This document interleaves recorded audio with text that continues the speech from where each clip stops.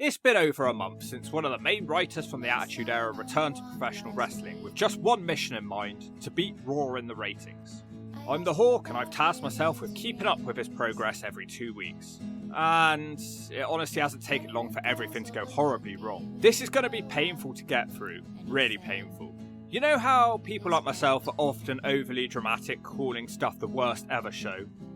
Well, this is genuinely up there. I'm not even sure if it even matters. But every 2 weeks I watch Juggalo Championship Wrestling on YouTube. Here is what I have learned. Number 1. Since Vince Russo's return, the ratings have genuinely improved on their show by about 5 times as much. They are still, unfortunately, around 2 million viewers behind Raw.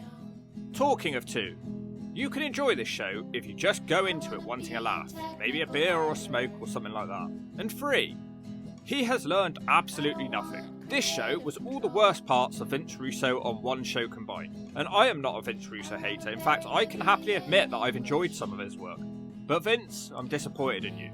As somebody whose dream job it is to write wrestling storylines, I was hoping for a bit more effort from you, the guy who's supposed to be about giving everybody a storyline. Especially on the second show we're going to watch today. Terrible. You won't believe how much he's come back with a vengeance. If I added up his total screen time across the 2 episodes, it would be an hour. I was worried this would happen. Vince Russo should never be a character. He should stay in the background and concentrate on writing the show. But it's like he so desperately wants to be a star of the show. And yeah, he can cut a better promo than lots of people, I ain't denying that. Look, I've watched more Vince Russo shows than anybody else. He's still best when he isn't on screen. He hasn't learned his damn lesson. It's like he's deliberately trying to be as bad as possible. I wonder why. On that note, let's get into our shows. I wanna be a technical writer. I don't want creative control. And here he is again opening the show. He has the same entrance music from WCW. That depressing kind of drone which I associated with death. Also with him is Big Vito. He was in WCW and WWE and he wore a dress one time. Why do they look so depressed? Russo hands the mic to his best friend who heals on the crowd for a while, saying they need to wipe the white crap off their faces.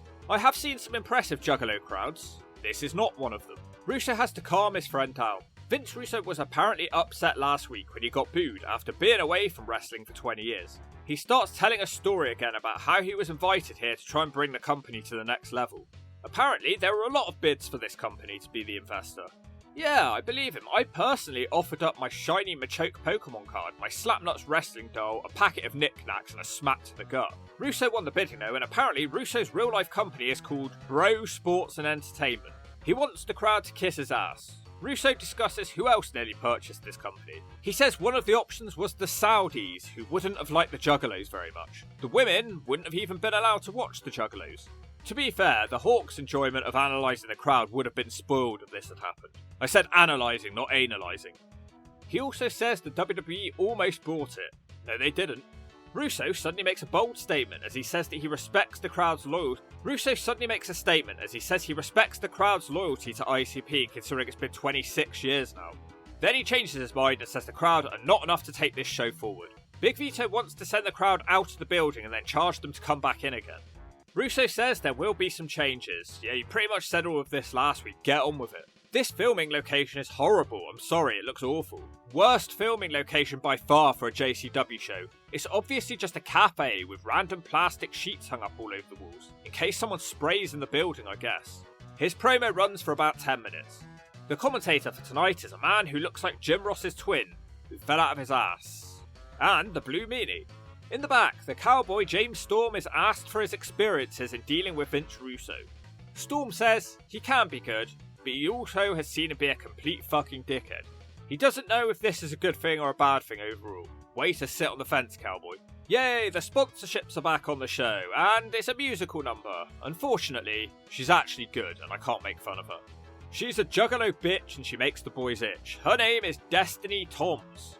Not sure how much she got paid to get her song on this show, but the ICP missed a trick here. They should have given her an extra charge for a stupid name fee. Like, what kind of spelling is that? In the back, Russo tells Vito he is tired of his mafia gimmick. He says he needs to control himself because they are business people now. He says he's off for a bit for a meeting and Vito will be left in charge. Then, Russo points out that Vito was in a dress gimmick once upon a time. But apparently Vince saved him from this and took him back to his roots. He warns Big Vito not to do anything stupid. Vito mutters to himself about time to beat up some crackheads. We are about a quarter of the way into the show. Vince Russo has been on the camera or been discussed for the entire show so far. He is such a main character. Talking of beating up crackheads, Vito bumps into Violent J. Violent J laughs about how Vito doesn't have any actual power in this company. Well, didn't Russo just put him in charge whilst he was away? So yeah, he does kind of have some temporary power at least. These two are going to explode with anger soon. They agree to fight in the car park after school finishes. I am now 17.5 minutes into the show and we see our very first wrestler making his way out. It's Ricky Morton. I find it interesting that he's a bit of a different character to his NWA character. He's a bit more animated in JCW and he's a bit more of a sleazy guy. In the NWA, I guess he's just a guy. He takes on Cowboy James Storm. He looks very happy to be here tonight, or maybe he's just drunk. This is a rematch from a week ago. Storm quickly dominates and he hits a clothesline and an atomic drop. It's pure domination. Storm slingshots Morton into the ring, only to throw him straight back out of the ring. On the outside, Morton randomly finds an oven glove. He smacks James Storm one with it and rolls him into a pin. Like a dumbass, he forgets to remove the glove, but the ref doesn't see it anyway, should have gone to Specsavers. That's the 3. Wow, it went 1 minute. This show has legitimately changed so much. There is a lot of hype now for the Blue Meanies podcast. Sounds like he's got his fat fingers and a lot of pies. He's eaten a lot too. Violent J is restless in the back. Too Tough Tony tells him he needs to slow down. What's he on about? He was barely moving. Tony warns him that he shouldn't fight Big Vito by the bike sheds after school. Violent J pounds his chest and says gorilla mode. We've got another match now. It's the MatFit CrossFit taking on the Bad Wolf Mecha Wolf. The Wolf gets us started with a big spear into the ring, but no pin is made. This gets a completely unwarranted chant of JC Dub. CrossFit stops his next move with a backbreaker. Cross misses his hands crossed back elbow in the corner as the Wolf hits him with smacks and a hurricanrana. Big kick from the apron now, and it's time to fly with a crossbody for a 2 count. Commentary team say Russo clearly doesn't care about the matches because he's off having secret meetings. They move on to talking about how Russo killed WCW and TNA. Wolf almost wins again with a charging knee strike. They fight at the top now, but CrossFit front suplexes him off, however he can't hit the crosswalk, but he does manage to hit cross-eyed straight after. Well, that's the 3. Another short match, perhaps 3 minutes. The length of matches have really come down since I've been reviewing this product. I haven't really decided how I feel about that yet. Big Vito is being a dick once again. He's phoning somebody and he asks if they've got the job done. Jasmine St. Clair prances into the office and starts removing her clothes straight away. Vito yells at her though and says her monsters keep letting him down. She calms him down by rubbing him. She asks if it's a gun in his pants or if he's just happy to see her. Vito confirms it's a gun because it shoots. Vito then drops the bombshell that he doesn't like this stuff. The BBL blonde girl wants a freeway with them. I am constantly worried that someone's going to burst through my door whilst I'm watching this. Caleb Connolly is also here, desperate for a meeting with Vince Russo. Vito seems to be desperate for something else. Look, I love watching 50-year-old people get freaky as much as the next, but I guess it's better than Vito being in a dress again. Imagine if they could somehow combine these two things. Vito asks him to take somebody out tonight, and then he might get a meeting with Vince Russo. What a segment. The next match will see the Iron Demon Shane Mercer, and he's taking on Ninja Man. Happy to see Mercer, and also happy to see a new person on this show. Mercer tries to power him down, but the Ninja backflips him away. He can't manage a Gorilla Press Slam either. But now the Ninja moonsault off the ropes into an arm drag. They start going nuts and flipping everywhere. Wonder how long it's going to be before Russo takes this man's mask away. Shane has some mad hops actually, I wasn't really aware of this side of him. The Ninja does a backflip before walking into a clothesline for a 2. Mac escapes the suplex attempt now but botches it and face plants. The match stops for a moment. Mercer tries to finish him off with a top rope move, but now the Ninja is awake. He tries a powerbomb but he can't manage his move either. Nice spinning uppercut from the Ninja Mac now. Mercer starts crawling up the smallest wrestling ramp I've ever seen. I'm pretty sure when the Lobster Crew arrive later tonight that thing is going to collapse. Mac tries to hit his crazy ninja flip dive out to the ramp but gets caught, and there is a tombstone piledriver. I mean, they had to be pretty accurate there on this tiny thing. Congratulations, that was a good spot. That's the finish of the match actually. It's funny that a lot of guys who have been getting 10-minute matches for the last month are just losing quite quickly tonight. He is the Ginger Cursor. Not Sheamus, he's Shane Mercer. The Lobster Crew are beating up Willie Mack in the toilet. Why is everyone always in the toilet on this show? Congo Kong does a flipping cannonball against the lavatory stool, and Willie Mack is left crying in a pool full of piss on the floor. Caleb Conley and his crew call out the biggest hero on this show, Steve and Flo. It's a 2-on-1 beatdown, this is not a match. Steve and Flo actually manages to take them both down. He climbs to the top but takes too long and he's jerked off the top. It looks like he's in serious trouble here, but then Cool Kane teleports into the ring with a baseball bat. Big Vito fired this crackhead. He devastates the heels with his bat. He wants to choke slam, but the ring rat jumps him. The whole building shakes 50 different directions as she is thrown to the mat. Cool Kane hits a double diving clothesline. I guess Caleb won't be getting a meeting with Vince Russo anytime soon. Now the Lobster Crew are beating up Too Tough Tony. At least they're not in a toilet this time. Apparently this is so nobody can help Violent J in his playground fight tonight. Willie Mack wasn't even beaten up that badly though, but to be fair, Tony gets it worse, but Trolley crushing him against the wall. I now believe that this man will not be present for the fight tonight. Wow, the JCW Women's title will actually be on the line. The challenger is Katarina Cream and the champion is Hollywood Hailey J. I wish she'd settle in a damn company for a bit so we could see a bit more of her consistently. Instead, she's more interested in getting power slapped. The red girl jumps her before the bell. Hailey does a Ric Flair roll to stop her next move, but it doesn't really help her. Katarina Cream hits her with a running knee strike in the corner as her teeth always snap in half from the dumping in her nappy. Big spear now from Katarina Cream, that's a 2. Hailey now does manage to combat some strikes and a crazy kicking leg sweep. The big running knee is more effective. Check out this pin. I really need Hailey J just to settle somewhere. Let's be able to watch her every week. She is a character for sure. Katrina Cream grabs a very long eyelash and heads out the ring. She fetches a chair, but the ref won't allow that. Eventually the ref wins a tug of war and Hailey J smashes her with a super kick. Hailey now gets a sock full of coins. Big Eyes Alice Crowley grabs her sock away from her, but Hailey shoves the cream of the crop into her and rolls her up for the 3. Well, that's the finish. That was certainly something. Big Eyes jumps her after the bell, and guessing that's the next title match. The JCW Blast From Your Ass this week is from Legends and Icons. Well, that show was certainly ass. They decided to highlight the ECW match that they had. The War Machine was victorious in this one. That was the JCW Blast From Your Ass. Smells like shit? It probably was. Big Vito and Vampiro meet in a poorly lit corridor. Vampiro tries to kiss his ass and says he can help him fight Violent J. Vito says he doesn't need him and starts doing air punches. When he turns around, Vampiro has vanished. Spooky. The main event match is a tag team title fatal 4-way. The Sinclair Lobster Crew, Mr. Happy and Congo Kong will face off with the Stinky and the Brain team and also the Zombie Twins. And finally, wow, the tag team champions are actually on the show this week, the Brothers of Funstruction, Yabo and Ruffles the Clowns. I remember seeing these guys on NWA 2 years or so back on that incredible Samhain show. Not sure what Stinky and the Brain did to earn a tag title shot in there. And let's think about this logically. If Vito is annoyed at Jasmine St. Clair's The Monsters, why are they being rewarded here with a tag title shot? That doesn't make sense, Russo. You just had a segment where Vito was screaming and cussing them out, but here they are challenging for gold. Also, the storyline with the zombies is that Vito hates them and he keeps denying their manager a tag title shot. So why are they just randomly getting a tag title shot? Yeah, not good, Russo. I'm not saying the zombies don't deserve a shot, hopefully they win it here anyway. Everybody seems to have it in for Stinky and the Brain. The Clowns hit them with a fun double team leg drop. The Lobster Crew are the next two to get battered. This is a pretty fun clash. Stinky and the Brain come back, taking out the Clowns, double smacking the zombies out from behind. One of the zombies is destroyed in the corner with multiple double teams. The double powerbomb gets a 2 count. Congo returns for side slam, and Mr. Happy hits an elbow. The monsters pick up the mice, but I guess they can't be bothered to slam them without any sort of authority. The match seems to completely stop now, no idea why. Eventually, the zombies fight out of a double chokeslam with double bad breath, but the camera misses that. They decide to throw themselves out of the ring, but they fail and run into clotheslines. The zombies retaliate by going nuts. They hit their double team finisher on Stinky, but one of the clowns breaks up the pin. They put a zombie in the Tree of Woe, but can't do anything because Busted and the Brain return. Then the clowns just launch them into each other and roll them both up. Well, it felt like they tried to keep the clowns and the zombies separate away from each other here as much as possible, so hoping that's where we're heading next.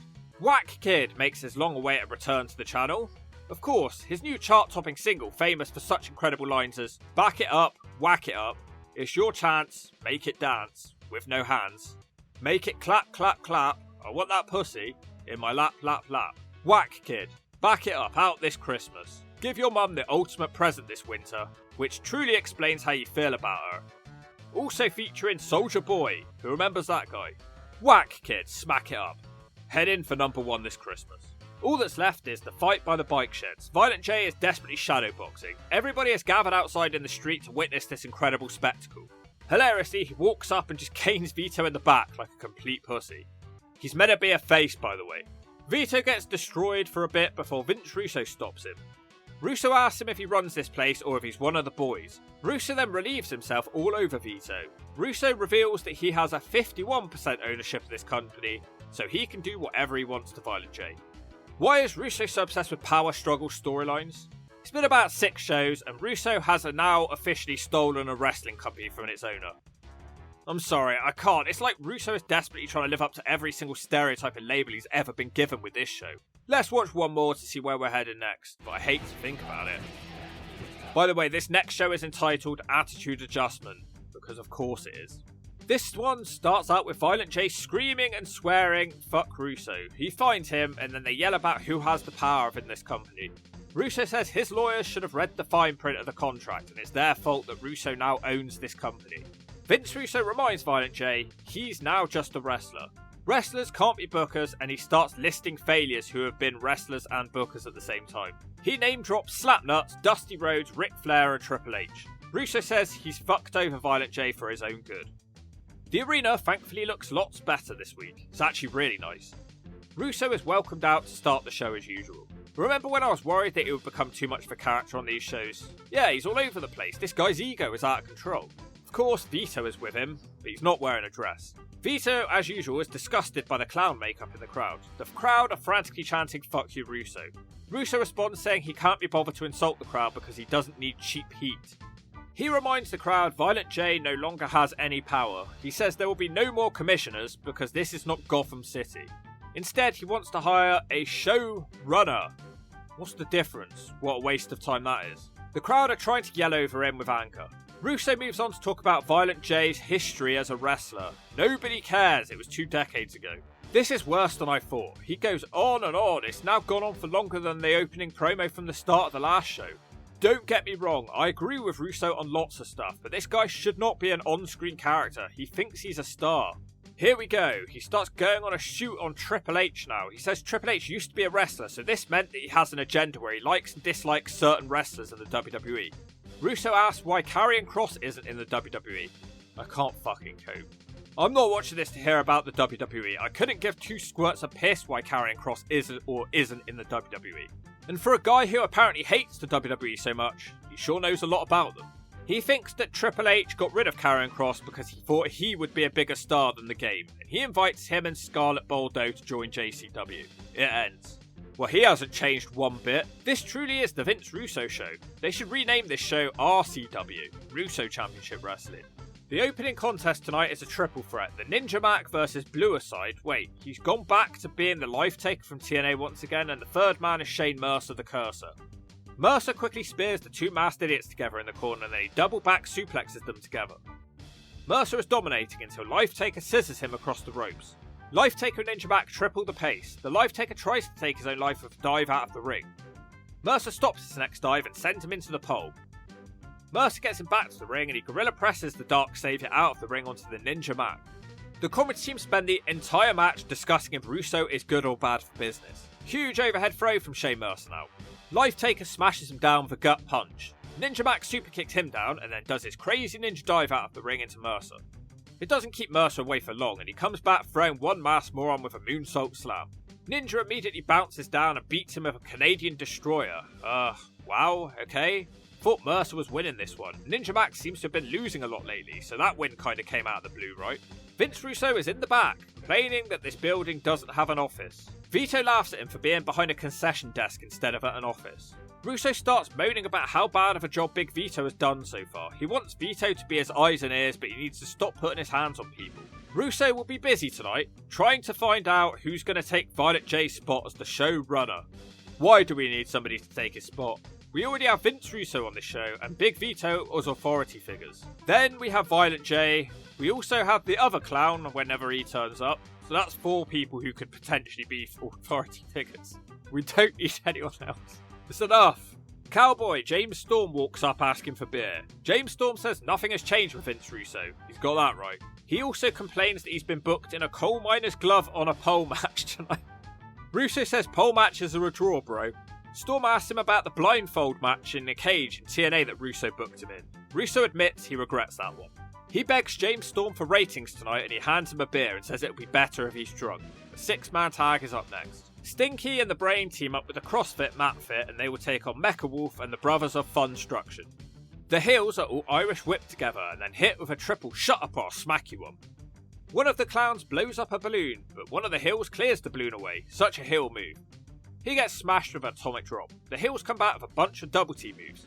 Apparently, one is a genius and the other is insane, but I still have no idea who's supposed to be who. Because they both act like the same guy, a generic bland jobber. I have no idea what any of this even has to do with the cartoon Pinky and the Brain. It's like if the Hawk changed his gimmick to do a Powerpuff Girls gimmick, but then I did absolutely nothing to promote that gimmick. And no, I'm not going to show you an example of how the Hawk would look dressed as a Powerpuff Girl, because it's not in the damn budget. We're watching JCW lunacy for fuck's sake. The CrossFit smashes a clown with a crosswalk. He doesn't let up and hits a standing cross soul. Stinky and the Brain, aka two random bland jobbers, won't stop double teaming. Quit it. The clowns eventually kick them down and inflate a balloon. Inflating this balloon seems to fire him up and he pops it over the CrossFit Mat Fit. Meta Wolf has the tag, it's pretty good. Yabby the Clown tickles a jobber with a rubber chicken. The clowns then hit a Russian leg sweep big boot combination.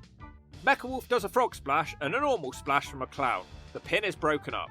Another attempt at the chicken is stopped. So many false finishes in this match. I have to admit, this is a fun match. One of the jobbers tries a swanton bomb but dives into a clown's waiting knees instead. Jeff and Shannon would not be happy about that one. But straight after, the CrossFit hits a shooting star on the clown to win the match. Had no idea which way that match was going. This was my favourite match since starting to watch JCW. In the back, a security guard walks up to meet Vince Russo.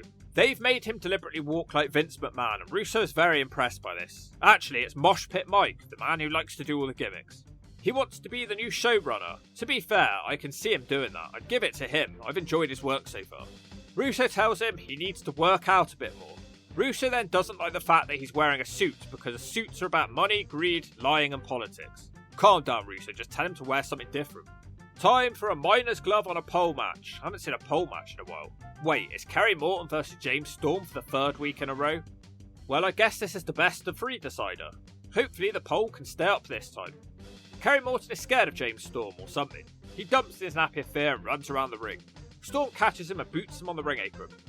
Storm is the first to climb the pole, but Morton makes him fall in his nutsack. Morton slow works him over. On the outside, Morton throws Storm on the wooden floor. Kerry Morton says, "I am a real southern motherfucker." That seems to wake Storm up, and he hits a DDT and gets a 2 count. Right, so apparently it's in the rules that the finish doesn't actually have to involve the coal miner's glove on the pole. So in that case, what is the point in the gimmick, please tell me? James Storm misses a splash, Morton smashes him down with a knee for his own 2. Kerry Morton then remembers that the glove exists on a pole, and now he wants it. He gets the glove on his first attempt. Man, this glove is huge. It looks like a Hulk hand. I'm getting New Jack flashbacks. He can't smack Storm one anyway. Instead, Storm makes him smack himself one. Should have smacked him in the gut though, that's the 3. I guess Storm wins this series? Too Tough Tony and Willie Mack, the Corridor crew, are out for revenge. They run into Russo behind his stupid desk. Too Tough Tony is upset about Violent J losing his job. Why do they have to keep calling him Joe instead of Violent J? Man, if you hate Russo, this show would be impossible for you to get through with the amount of mic time he's had. As usual, Russo isn't scared of the wrestlers. Tony demands a match tonight against the Lobster Crew. Russo says he's going to do him one better, and get a load of this for completely no reason at all. If they can beat the Jasmine St. Clair Monster Crew, Jasmine St. Clair must strip. I mean, she's like 60 years old. I don't want to see that. That isn't a hook to get people to stick around. They might actually change the channel. Wouldn't it have made more sense to do it with that blonde BBL chick? I don't want to see a girl in her 70s stripping. I don't know, maybe the demographic target audience here is 70 years old for this show, then it would make perfect sense. God, this show makes me feel young. Stephen Flo and Cool Kane are where else? They're in the slash zone. Because everybody on this show is always in the toilet. I think it's an analogy about the show itself. Cool Kane is worried that they will be drug tested soon. Stephen Flo says they know how to get around that. Then Big Vito emerges from a cubicle. He hangs up his hat and says he has caught him about to break the rules. Cool Kane hilariously uppercuts him. Vito comes back with his own gut punches. He leaves Kane lying in a pool of piss on the floor and says you've got a test in 5 minutes. The test doesn't make it onto the rest of the show. This was by far the happiest segment across the 2 shows. A tag match is now. It's Caleb Conley and Ash Jeeves taking on Cool Kane and Stephen Flo, but they're not here. Caleb gets the mic and calls them both pussies. In the end, Stephen Flo runs out on his own. What a brave hero. Basically, Stephen Flo actually wins this match in about 1 minute when Jeeves smacks out his own guy by mistake and then gets rolled up. They definitely won't be meeting Vince Russo anytime soon. Man, I wonder what size nappy that chick wears. She considers striking Jeeves, but then Caleb does it himself. Outside the toilet block. This is so deliberate. It's as bad as the NWA with the lack of filming locations. Russo screams at Big Vito for getting physically involved yet again. Vito says they were getting out of line by doing crack, but he's really sorry now. Russo says shove your sorry up my ass. He's had quite the rough day. He's now worried about his blood pressure. Violent J laughs at him. It's time for the JCW Blast From Your Ass. This week, it's a triple threat between Congo Kong, Willie Mack and Jeff Hardy. This one seems a lot more recent than the other matches. Jeff Hardy and JCW makes perfect sense. Shockingly, Congo Kong beat Jeff Hardy with a giant belly flop. That was the JCW Blast From Your Ass. Big Vito is walking down the corridor complaining about crackheads when the zombies get his scent and chase him. They're about to rip him apart when the zombies manager stops them. He says the time is running out to give them a tag title shot. Didn't they just get one? They couldn't win. For some reason, Vito is desperate to get into an electrical cupboard. When he makes his way inside, Vampiro is there waiting for him. Vampiro reminds Vito he is either with him or against him. Vito rants to himself about how annoying this roster is, and when he turns around, Vampiro has vanished as usual. What is he, a ghost or something then? Angelina loves Dad, he must be. What is he even trying to do in this electric cupboard? The crowd barely react when they're told that Jasmine St. Clair will have to strip if her team lose. I bet she thought the days of having to do this sort of stuff were in the rear view. So the Lobster Crew will take on the Big Mac, Willie Mack, and his partner, the JCW champion. The man who's never able to leave, no matter how hard he tries. At night he cries. The only man whose wrestling attire doubles as pyjamas. From any random street in any random town representing farmers. He's the man with the Bacardi Breezer, the man whose dick is so big your lady'll have a seizure. He's twice as tough as you and your dad combined. The only man who can instantly devalue a shirt when he signs. Too tough, motherfucking Tony. He bribes you to be his homie. Tony thinks that one man wants a picture of him, but he's wrong. I legit think Tony's entrance is one of the most endearing parts of this show. I can't wait to see him turn heel for no reason. The comedy team discussed that this stipulation tonight is ethical. One says let's bring back 1999. The other says women's wrestlers have made incredible strides and they've moved past nappy matches. Tony hits the AJ Styles Pele kick and the Tony Soul. I have to admit, he is sort of growing on me. He just kind of works on a show like this. Here comes the Big Mac. They hit double elbow drops for a 2. Now Congo Kong and Willie Mack will fight. Congo hits a belly to belly. That's a lot of belly. And the Happy also hits an elbow drop. Do you think the Monsters could possibly care about the stipulation here? Wow, to be fair, they double suplex Congo Kong, which is cool. The fight heads out of the ring. Jasmine St. Clair climbs in the ring, but canes her own guy by mistake. She gets shoved out. Willie Mack hits a stone cold stunner on Mr. Happy, who doesn't go down. Tony then sets his hand on fire and smacks him one. That's the 3. Oh no. Tony won't let Jasmine St. Clair run away. They play arousing music over the system as the comedy team ask if she's got a nappy on under there. Tony and Mac dance with happiness. Jasmine starts to get into it. There goes her arm holder. Oh no. The Monsters jump Mac and Tony. Don't you just love it when Russo shows never go through his stipulations? Well, in this case I'm going to make an allowance to say thank God for that. The Monsters hit double cannonballs in the corner. Poor Mac and Tony. They just wanted to see their first ever nipples live in the flesh. Violent J is close to tears in the back. He says losing JCW is like losing a child. Big Vito shouts, "Oh look, a crackhead. I can't stand you," and rushes him as the show goes off the air. Russo, and I know why you're doing this. You want people to tune in for the shock value of you doing stuff in the 90s. And then you're going to build up some serious stuff using your abilities, right? The problem is, people are going to see this show, and then they won't come back. What happened to everybody had their own storyline under Russo? The only storyline on this show is Russo and to a lesser extent, crackheads.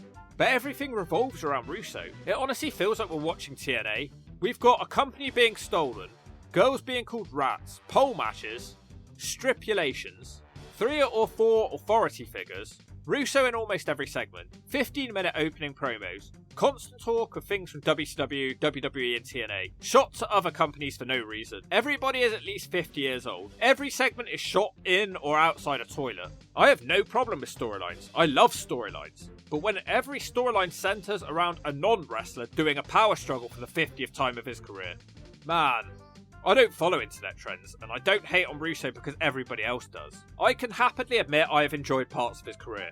I'm trying to be fair, but this show was bad, man. and I think it was done deliberately. There is no way he sat around for 15 years and then wrote this. He did not think this was exceptional telly. No, instead he thought this will get them talking. Will it work? Only time will tell.